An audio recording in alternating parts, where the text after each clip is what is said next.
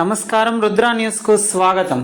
ఎంసెట్ ఫలితాల్లో బీసీ గురుకులాలు మంచి ఫలితాలు సాధించడంపై బీసీ సంక్షేమ శాఖ మంత్రి పొన్నం ప్రభాకర్ గౌడ్ హర్షం వ్యక్తం చేశారు. ఎంసెట్ ఫలితాల్లో స్ఫూర్తి 369వ ర్యాంకు సాధించిందని అన్నారు. అగ్రికల్చర్లో 10,000 లోపు ర్యాంకులు 29 మంది బాలికలు, 4 బాలురు సాధించినందుకు సంతోషంగా ఉందని అన్నారు. ఇంజనీరింగ్ విభాగంలో 10,000 లోపు ర్యాంకులు సాధించిన 2 బాలికలు, 5 బాలురు ఉన్నారని, వీరందరూ అర్హత సాధించిన విద్యార్థులని మంత్రి పొన్నం ప్రభాకర్ గౌడ్ అభినందించారు.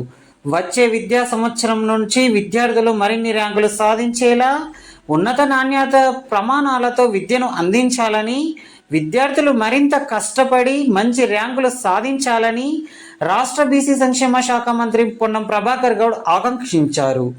ఇప్పటికే గ్రీన్ ఛానల్ ద్వారా మెట్ ఛార్జీలు చెల్లించే విధంగా తమ ప్రభుత్వం అన్ని చర్యలు తీసుకుంటుందని వెల్లడించారు. బీసీ గురుకుల పాఠశాలలకు, హాస్టళ్లకు పక్కా భవనాలు నిర్మించేందుకే ఇప్పటికే కేబినెట్ అందించిందన్నారు.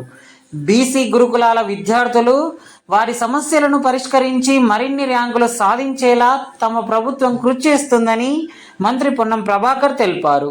బీసీ విద్యార్థులకు ఉన్నత విద్యను అందించే లక్ష్యంతో గురుకులాలు పనిచేస్తున్నాయని బీసీ సంక్షేమ శాఖ ప్రిన్సిపల్ సెక్రటరీ బుర్ర వెంకటేశం ఐఏఎస్ అన్నారు. 369 ర్యాంకు సాధించిన స్ఫూర్తిని, ఇతర విద్యార్థులను, బోధనా సిబ్బందిని ఆయన అభినందించారు.